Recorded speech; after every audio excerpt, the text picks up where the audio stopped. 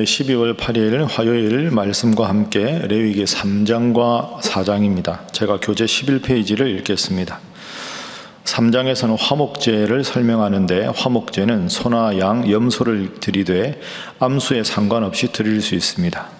제물을 잡고 피를 뿌리는 것은 번제나 동일하나 내장을 덮은 기름과 간에 덮인 거풀, 콩팥을 떼어낸 뒤 제단 위에서 불살라야 합니다. 그리고 제물에서 나온 기름과 피는 먹지 말라고 명령하십니다.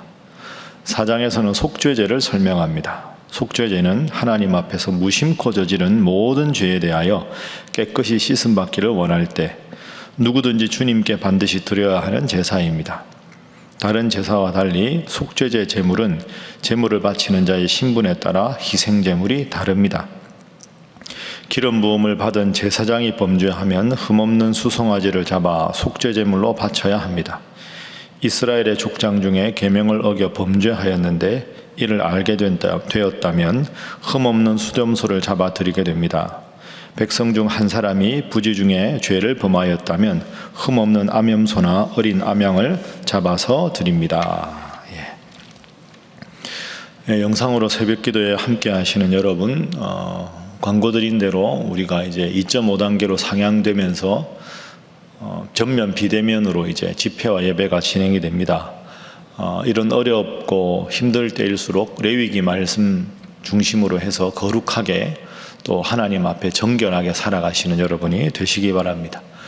그리고 혹시 기도 제목이 있으시거나 교구에 긴급한 상황이 생기면 교구 담당 목사님께 꼭 연락하셔서 여러분의 형편을 살피고 기도할 수 있도록 여러분들이 협조해 주시기 바랍니다. 모쪼록 날씨도 추워지고 또 많이 지치셨을 텐데 하나님께서 여러분에게 힘을 주시고 영육간에 강건하게 해 주시기를 바랍니다.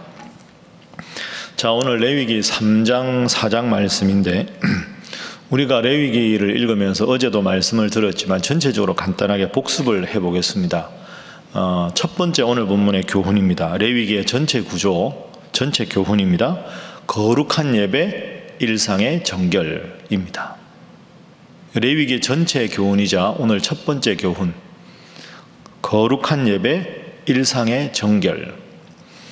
레위기는 제사가 나오고 복잡해서 그냥 읽다가 무심코 그냥 건너뛰기가 쉬운데, 레위기는 하나님 앞에 요즘 말로 하면 제사 드릴 때, 예배 드릴 때는 거룩하게 해야 하고, 그리고 제사를 드린 다음에 일상에서는 하나님 앞에 정결한 삶, 성결한 삶을 살아야 한다. 그래서 거룩한 예배, 일상의 정결, 이게 레위기 전체입니다. 그래서 거룩한 예배에 해당되는 제사가 1장부터 10장에 나오고, 일상에서 정결한 삶을 살아라 하는 것이 11장부터 27장까지입니다. 그래서 이 두 가지를 꼭 기억하면 레위기를 읽어가면서 구조를 파악하기가 어렵지가 않습니다.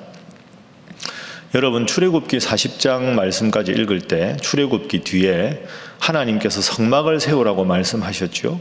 그래서 출애굽기 40장에 보면 마지막 장에 성막 낙성식을 합니다.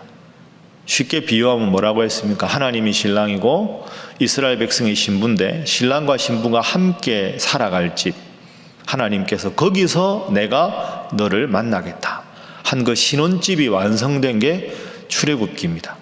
그럼 신혼집이 완성되었으니까 그 신혼집에서 신랑 신부가 함께 살아야 되겠죠. 그런데 신부는 아직 신랑에 대해서 잘 모르는데 신랑이 제일 기뻐하고 제일 좋아하는 게 뭐냐? 제사 드리는 거. 그러니까 우리로 말하면 예배 드리는 거. 하나님은 예배를 기뻐하신다. 그러면 신부 입장에서 신랑을 기쁘게 하기 위해서 신랑이 제일 기뻐하는 게 예배에 해당되는 제사니까 그 제사에 대한 규정을 1장부터 10장까지 말씀하는 거죠. 하나님께서 5가지 제사, 중요한 게 번제, 소제, 화목제, 속죄제, 속건제, 이 5가지 제일 하나님께서 중요하게 여기시는 제사에 대해서 설명합니다. 그러니까 순서대로 1장은 번제, 2장은 소제, 오늘 3장은 화목제, 4장은 속죄제, 5장 6장 넘어가면 속건제, 그렇게 쭉 구조를 생각하시면 되겠습니다.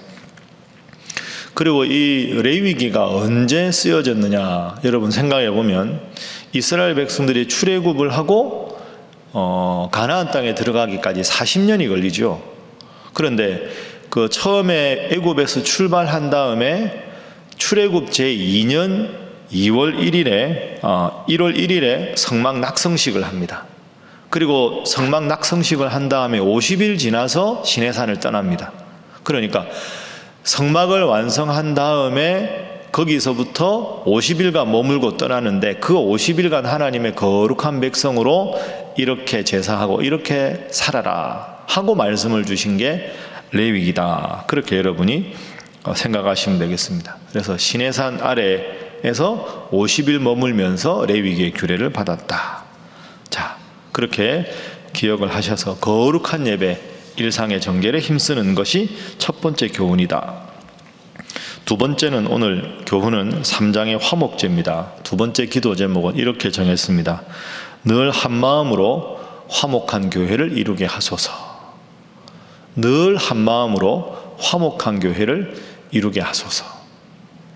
화목제는 말 그대로 영어로 peace offering입니다.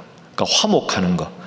하나님과 백성들 사이에 화목하고 백성들과 백성들 사이에서 화목하기 위해서 지내는 제사가 화목제입니다.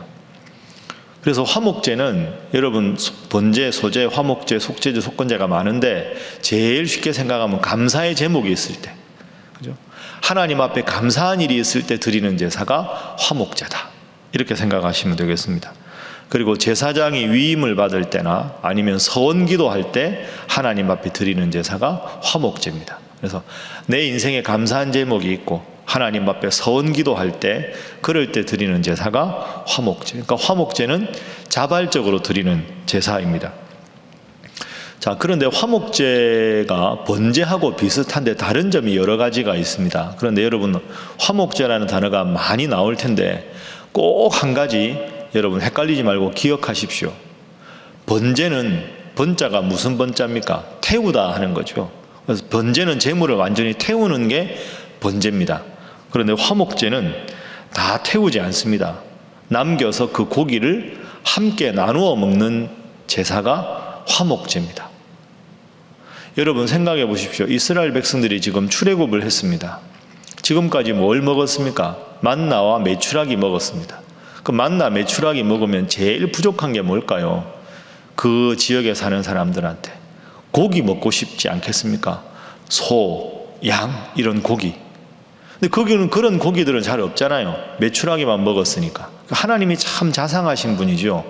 하나님께 제사를 지낼 때 화목제로 감사한 제목이 있을 때는 내가 하나님 앞에도 감사하지만 이웃 사람들과 더불어 감사의 제목을 나누고 서로 축하하고 격려하면 공동체가 얼마나 복되겠습니까? 그래서 하나님께서는 화목제는 제사를 지낸 다음에 그 고기는 나누어 먹어라.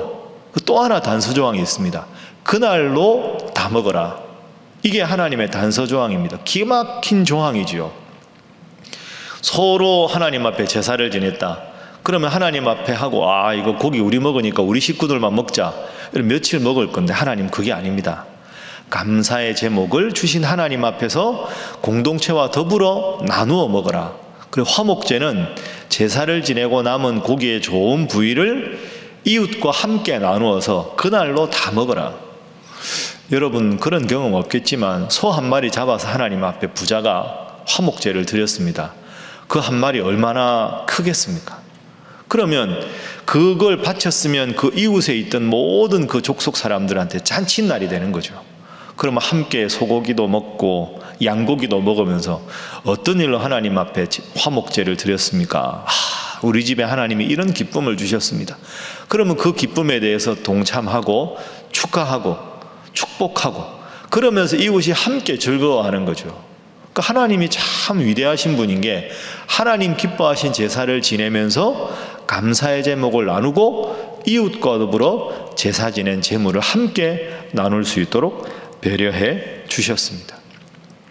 여러분 제사가 예배라고 말씀드렸습니다. 그러면 예배 공동체가 교회입니다. 그럼 교회도 서로 즐거운 일이 있을 때 서로 감사의 제목을 나누고 서로 축하하고 한 마음이 되는 것이 그만큼 중요하다 하는 것이죠. 그런데 간혹 교회에서 신앙생활 하다 보면 말로 상처를 줄 때도 있고 나도 모르게 상처를 받을 때도 있고 또 혹시라도 이렇게 잘못된 소문이 나서 누군가 마음이 힘들 때도 있고, 그러다 보면 좋은 공동체가 마음이 갈등이 생기고 나누어질 때가 있습니다. 그건 하나님 원하시는 게 아닙니다. 하나님 제일 원하시는 5대 제사, 그 중에 제일 중심에 있는 화목제는 공동체가 하나 되기 위한 하나님의 제사다. 이게 얼마나 오늘 우리 교회 공동체에 주는 것이 교훈이 중요한지 모릅니다. 여러분, 또 연말에 이제 임원 선거도 하고 또 이런저런 인사이동도 있고 이런저런 일이 있을 때, 이럴 때가 더 교회가 마음이 흩어지기 쉬운 때입니다. 오늘 본문의 교훈을 꼭 생각하면서 하나님, 우리 교회가 연말에 당회, 재직회, 공동의회, 그리고 여러 가지 임원을 선출하고 모든 것을 새롭게 시작하는 이때 한 마음이 되게 하시고 서로 격려하게 하시고 서로 칭찬하게 하옵소서. 그렇게 여러분 기도하셔서 비대면 예배가 되고 또 함께 모여 공동체가 축하할 수 있는 예배를 드리지 못하지만 여러분 간절하게 기도하셔서 우리 교회가 더 하나 되는 교회, 한 마음으로 살아가는 교회가 될 수 있기를 주님 이름으로 축복합니다. 자, 이제 마지막 세 번째 기도 제목은 사장 속죄제입니다. 자, 그래서 사장 기도 제목입니다. 늘 하나님 앞에 거룩하게 살게 하소서 하는 것입니다. 이 기도 제목은 사장에 해당되는 기도 제목이면서 레위기 전체에 해당되는 기도 제목이죠. 늘 하나님 앞에 거룩하게 살게 하소서. 자, 오늘 본문 말씀 4장 2절 말씀 보겠습니다. 2절 말씀. 1절에 여호와께서 모세에게 말씀하여 이르시되 이스라엘 자손에게 말하여 이르라 누구든지 여호와의 계명 중 하나라도 그릇 범하였으되, 그릇 범했다, 이럴 때 드리는 제사가 속죄제입니다. 그러니까 악의적으로 의도를 가지고 잘못한 죄는 하나님 앞에 징벌을 받는 것인데, 2절 말씀처럼 그릇 범죄하연, 의도가 아니었는데 부지 중에 의도하지 않았는데 죄를 짓게 되는 경우고 있을 수가 있지 않습니까?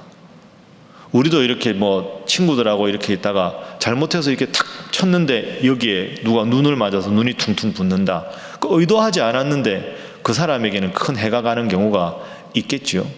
그러니까 하나님 앞에서나 이웃 앞에서 내가 의도하지 않았는데 다른 사람에게 피해를 준 경우가 됐을 때, 부지 중에 의도하지 않았는데 죄를 짓게 된 경우에 하나님께서 속죄제를 드려라 하고 명령을 하셨습니다.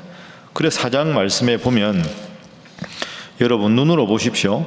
직분에 따라 다릅니다. 예를 들어서 13절 말씀, 이스라엘 온 회중이 여호와의 계명 중 하나라도 부지 중에 범하여 허물이 있거나 이럴 때, 그리고 22절에 족장이 하나님 앞에 부지 중에 범죄했을 때, 27절에 보면 평민의 한 사람이 부지 중에 범죄했을 때, 이렇게 직분에 따라서 범죄했을 때. 아까 우리가 2절 읽었는데 4장 3절에 보면 맨 먼저 기름 부음을 받은 제사장이 범죄하여 백성의 허물이 되었을 때, 이게 나눕니다. 그러니까 부지 중에 허물을 저질렀어도 그 직분이 제사장이면 속죄제의 규정이 더 엄격합니다. 그러니까 이 4장을 여러분 한번 쭉 읽어보시면 주요 직분자가 범죄했을 때 속죄제 규정이 더 까다롭고 엄중하다 하는 것을 알 수가 있습니다. 저도 목사지만 교회 내 직분자들이 솔선수범하고 더 기도하고 더 경건하고 더 바르게 신앙생활을 해서 새로 오는 새가족들, 그리고 우리 다음 세대들, 청년들에게 모범이 되어야 되는 이유가 사실은 4장에 있습니다. 제사장이 범죄했을 때, 온 백성이 범죄했을 때, 족장이 범죄했을 때, 백성 중에 하나가 범죄했을 때 다 규제가 다르다. 그만큼 하나님 직분을 주셨을 때는 그 직분에 걸맞는 거룩한 삶을 요구하신다 하는 것입니다. 여러분 방송으로 지금 새벽기도에 참여하고 있으신데 여러분들의 직분은 무엇입니까? 하나님 앞에 여러분에게 어떤 직분을 주셨습니까? 내가 바로 선 만큼 우리 가정이 바로 서고, 내가 바로 선 만큼 내가 속한 남녀 선교회나 안수집사회나 건사회나 당회가, 교육자회가 바로 선다.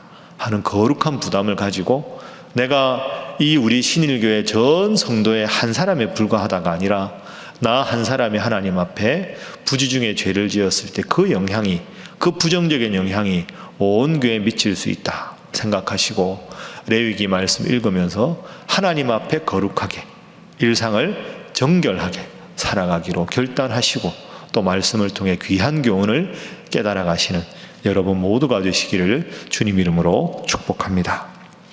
이 시간 기도하겠습니다. 먼저 레위기 전체를 통해서 하나님, 늘 하나님 앞에 죄를 고백하며 거룩한 삶을 살게 하옵소서. 두 번째로 하나님, 비대면 예배로 전환되었으나 온 교회가 한 마음으로 하나님 앞에 예배하게 힘쓰게 하시고 한 마음으로 흩어지지 않는 우리 신일교회 되게 하여 주옵소서.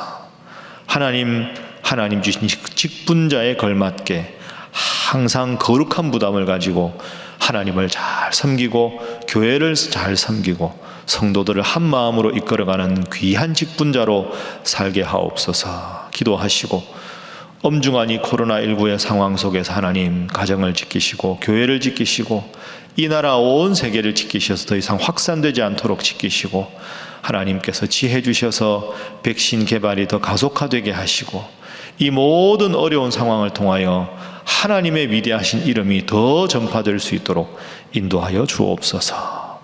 다 함께 주님 앞에 기도하겠습니다.